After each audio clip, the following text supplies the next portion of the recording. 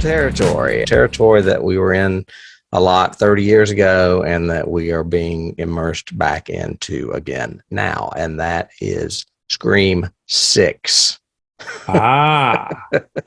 Ghostface Takes Manhattan, as we so fondly refer to it as. And this is the newest one? This is the newest one. Several weeks back, I talked about watching Scream 5, which is technically called Scream. It doesn't have a 5 in it, so it's a little confusing.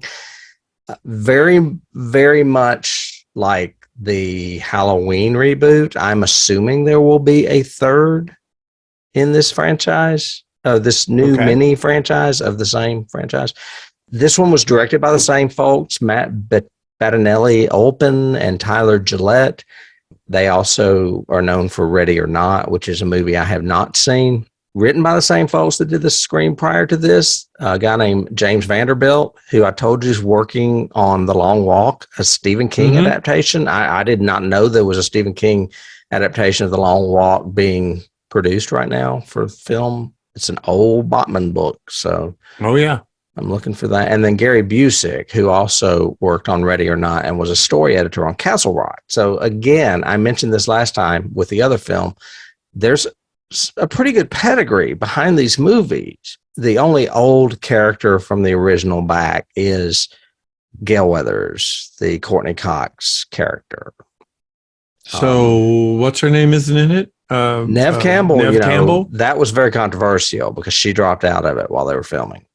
The strength of these two films, to me, is not bringing back the other characters. I like the young cast they're using. I like the new directions they're going. So to me, bringing back those faces is almost just needless fan service. I liked this movie better than its predecessor. Really? Okay. I did. I actually had a better idea that I wish they had done. I was like, oh, if they do this, this would be fantastic. And they don't do it. So it kind of ticks me off. But they do it on kind of a small scale. Okay. My whole idea was, what if Ghostface was a cult of people obsessed with Ghostface? And that means Ghostface could be anywhere because anybody could be Ghostface. True. That's not exactly what they do, but they kind of do that on a small scale version.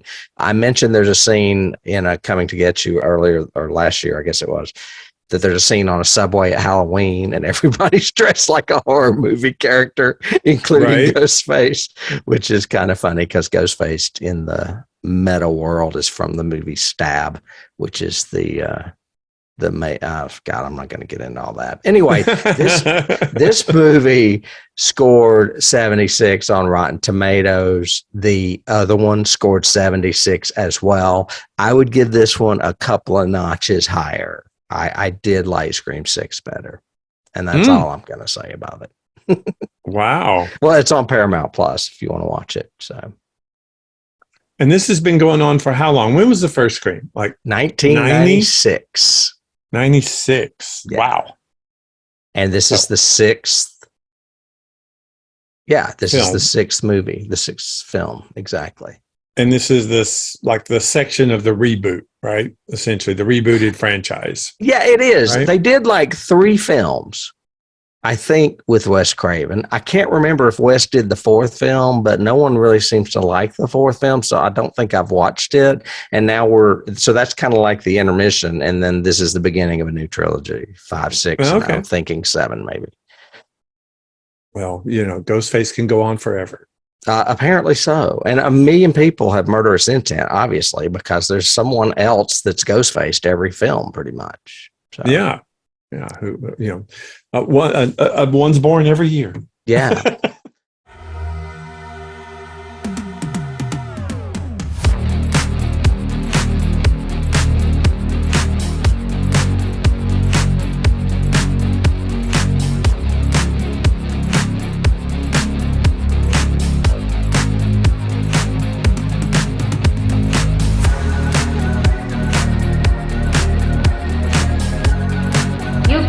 Start the car. Johnny has